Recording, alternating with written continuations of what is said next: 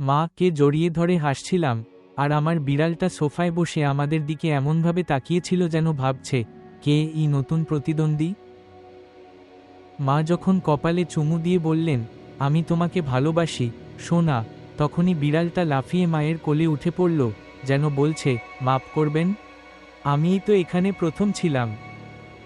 আমি মায়ের জন্য জল আনতে যেতেই বিড়ালটা দ্রুত মায়ের আরও কাছে ঘেঁষে বসল আর জোরে জোরে ঘোরঘোর করতে লাগল।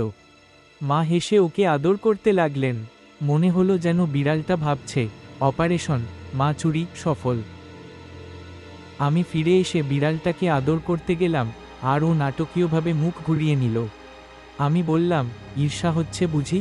ও লেজ নাড়িয়ে রানীর মতো হেঁটে চলে গেল। শেষে আমি মাঝখানে বসে জনকেই জড়িয়ে ধরলাম আর বললাম, তোমরা জনই আমার পৃথিবী। বিড়ালটা আলতো করে আমার গালে থাবা মারল। যখন আপনার বিড়াল ভাবে আপনার মাওর সতীন।